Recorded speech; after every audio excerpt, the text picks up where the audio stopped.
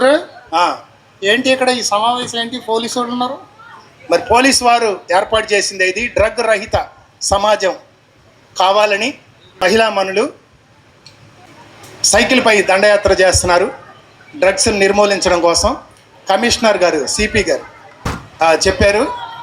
ఒరేయ్ నువ్వు ఆఫరా, ఏంటి ఇవన్నీ నాకు తెలుసు. ఇవన్నీ నీకు తెలుసా? ఆ, నువ్వెప్పుడు చూసావయ్యా? మన బెజవాడలో చూసా. బెజవాడలో చూసావా? ఆ, కమిషనర్ గారు మీటింగ్లో చెప్పారు ఆ, ఏమని? డ్రగ్స్ని నిర్మూలించాలి. ఆ, ఒరే అందరూ కూకుంటారా నాయన? అందరూ కూర్చోండి రా బాబు, గంజాయిని నిర్మూలించాలి అని చెప్పేసి సిపి గారు ఇది చెప్పారనమాట. దానివల్ల ఎన్నో నష్టాలు ఉన్నాయి. దానివల్ల ఎన్నో నష్టాలు ఉన్నాయి. ఏంటా నష్టాలు? చిన్నగా మొదలై ఆ, అది అలవాటయ్యి వ్యసనం అయ్యి ఆ, కుటుంబాలని నాశనం చేస్తాయిరా. ఆ, ఆ తర్వాత దొంగతనాలు, ఇంట్లో దొంగతనాలు, వీధిలో దొంగతనాలు, ఊళ్ళో దొంగతనాలు. అమ్మోయ్, అంటే దొంగతనాలు అంటే ఏంటేంటి నాకు అర్థం కాల. చైన్ స్నాచింగ్ చేస్తాడు.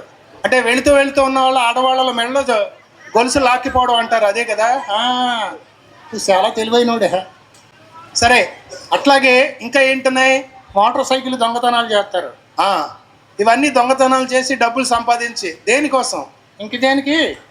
డ్రగ్స్కి అలవాటు అయిపోయి డబ్బులు లేక ఇలా చేస్తారు. ఆ, తర్వాత చివరికి హెల్త్ డ్యామేజ్ అవుద్ది. ఆ తాగిన మత్తులో ఆ, లేడీస్ మానభంగాలు, హత్యలు, ఓర్ నాయనో ఒకటేంట్రా చాలా ఉన్నాయి. మా ఊళ్ళో ఒకడు ఇలాగే చేసి చివరికి ప్రాణాలు కూడా పోగొట్టుకున్నాడు. ఊళ్ళో అందరూ అంటమే.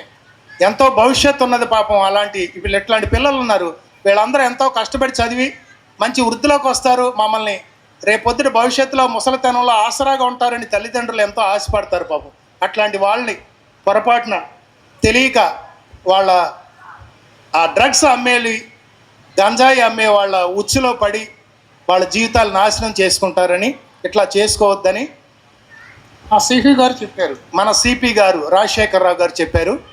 సో అందుకోసం మన మహిళలందరూ